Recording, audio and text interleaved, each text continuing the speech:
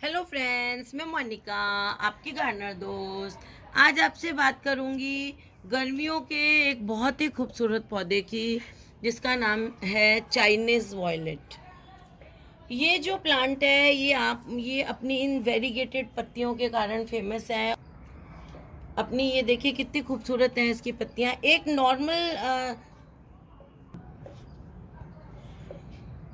एक इसमें प्लेन पत्ती वाला भी आता है जिसमें ऐसा वेरिगेशन नहीं होता है, लेकिन ये वाला जो प्लांट है ये ज़्यादा खूबसूरत होता है। कि जब इसमें इसमें एक्चुअली अभी मार्च अप्रैल से लेकर लाइट पर्पल कलर के फ्लावर्स आते हैं, बहुत लाइट पर्पल कलर के फ्लावर्स आते हैं। ये एक्चुअली आइपोमिया जैसे आते हैं इसमें flower, morning glory type flowers आते हैं इसमें। छोटे छोटे फ्लावर्स आते हैं, बहुत खूबसूरत लगते हैं।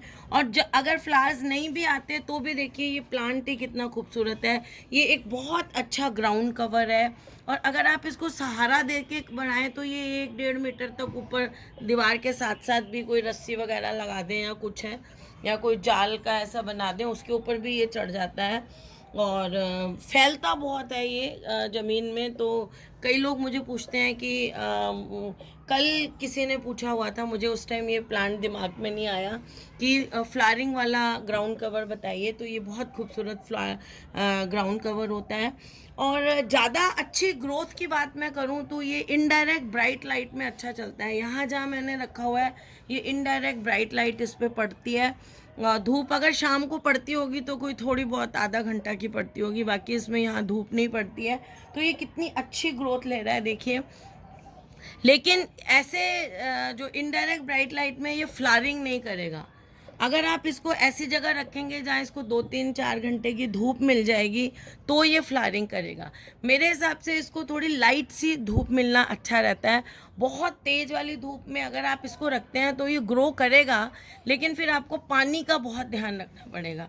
अगर आपने एक भी दिन पानी मिस कर दिया तो आपका पौधा बिल्कुल मुरझा जाएगा।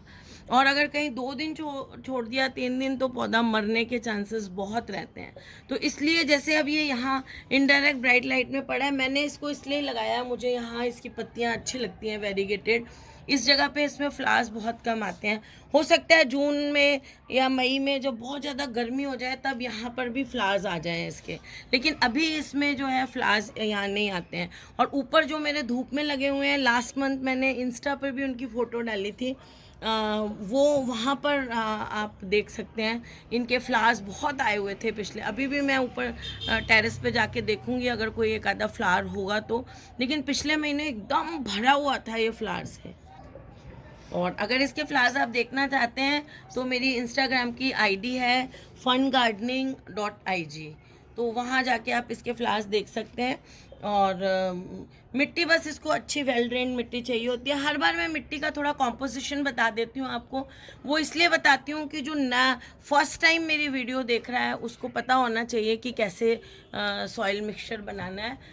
कुछ लोग बोलते हैं आप बार बार बस एक ही चीज़ बताते हो हर वीडियो में, तो वो मैं नए जो फर्स्ट टाइम देख रहे हैं उनके लिए बता रही हूँ, उनको भी पता होना चाहिए।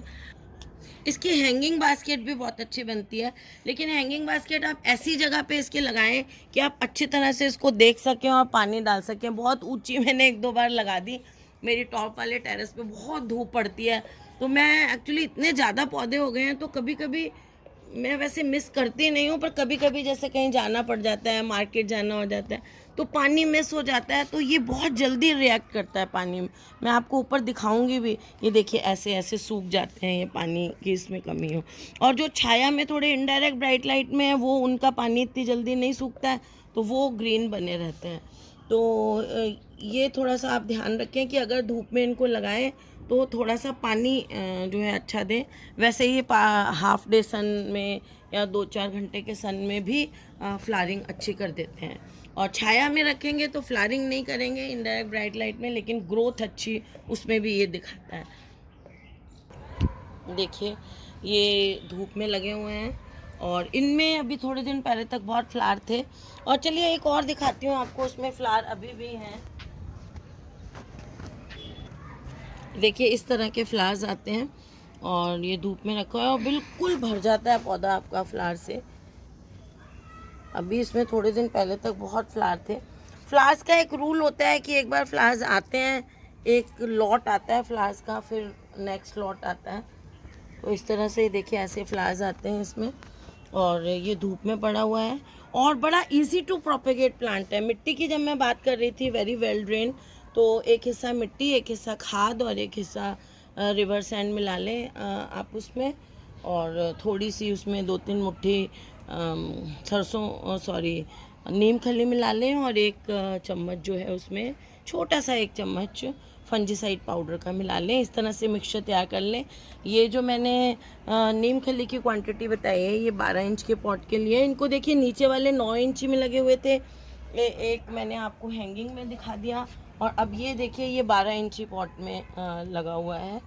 और ये बिल्कुल धूप आती रहती है इस पर तो ज़्यादा ही धूप आती है, करीब 5-1 घंटे की धूप मिलती होगी इसको। इसलिए ये बड़े पॉट में है ना, 9-12 इंची में, इसलिए ये फिर भी जो है वो बर्दाश्त कर लेता है, क्योंकि इसमें पानी ज़्यादा आता है 12 इंची वाले में। तो इस चीज़ का ध्यान रखें कि बड़े पॉट में है तो वो धूप में भी थोड़ा धूप, तो वो बर्दाश्त फिर भी कर लेगा। और वैसे छोटे गमले में और नॉर्मली आप इसमें भी लगाते हैं, तो आप ये ध्यान रखें कि इसको 2-3 घंटे की धूप मिले तो बहुत है, इसको थोड़ी ज़्यादा ही मिलती है। तो ये देखिए इस वाले में भी आए हुए हैं। ये तो एक बस काला सा गमला है, ये देखिए इसमें मैंने कटिंग्स लगाई हुई हैं, और इसको भी धूप जो है बस 3-4 घंटे की मिलती है। तो देखिए इसमें भी फ्लावर आ रहे हैं, और कटिंग से ये बहुत ईजी। अच्छा, फिर मैं ये बात कहूँ कि जब ये मार्च से लेकर जो है वो जून तक फ्लावरिंग कर देता है, जून जुलाई में भी करता है ये फ्लावरिंग। ये डायंथस देखिए अभी तक चल रहे हैं। ये ऐसी जगह, अगर आपके पास भी डायंथस है, ऐसी जगह शिफ्ट कर दें जहाँ धूप थोड़ी कम मिले इनको। यहाँ पर इनको जो है वो 3-1 घंटे की धूप तो मिल ही जाती है।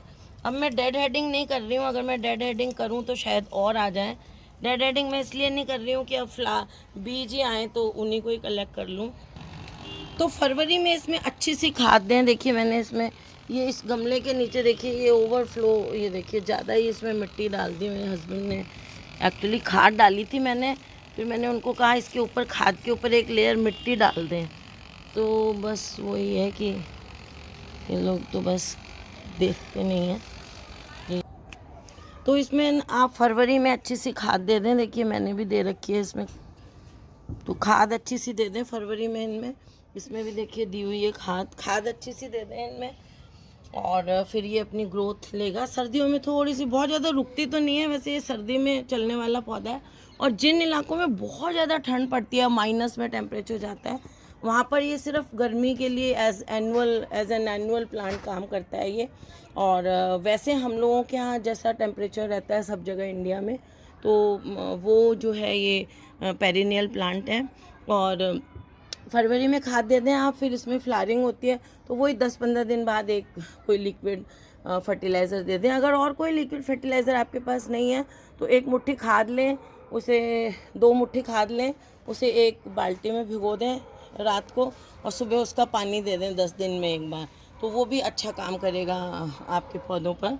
और कटिंग से ये बहुत इजीली लगता है, जैसे ये ग्राउंड में यूँ फैलता चला जाता है ना, तो इसके जो नोड्स होते हैं, नोड्स जो हैं वो जगहें होती हैं, जैसे ये स्टेम है, नोड वो जगह होती है जहाँ से ये देखिए पत्तियाँ निकलती हैं, ये पत्तियाँ निकलती हैं, ये वाली जगह, इसको नोड कहते हैं। थोड़ी सी फूली हुई सी होती है ये जगह, जॉइंट से दिखते हैं ना आपको स्टेम के ऊपर, ये दिख रहे हैं ये वाले, ये तो इन जगहों से इसमें रूट्स निकल आती हैं। जब ये ज़मीन में फैलता है तो बहुत प्रोपेगेशन में बहुत इजी है, कहीं से भी आपको डंडी मिल जाए। ये देखिए ये छोटी छोटी डंडियाँ मैंने लगाई हुई हैं।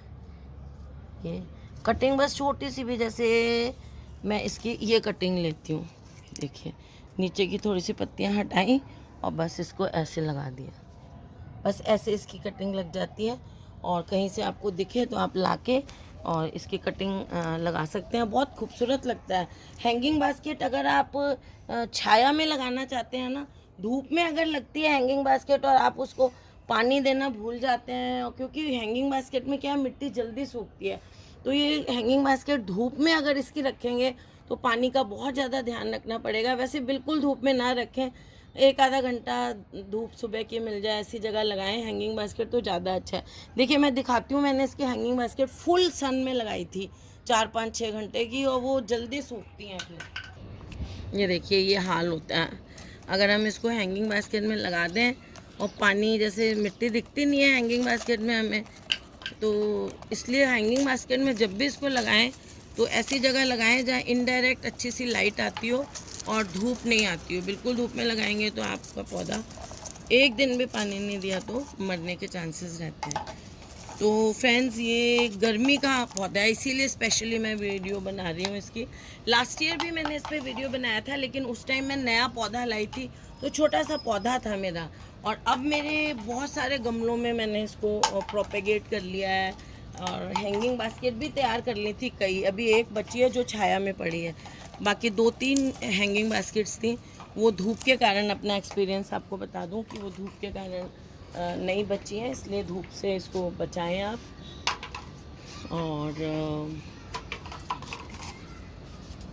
और ये देखिए टेंगल्ड हार्ट, ये टेंगल्ड हार्ट मैं इतनी सी कटिंग लाई थी हैदराबाद।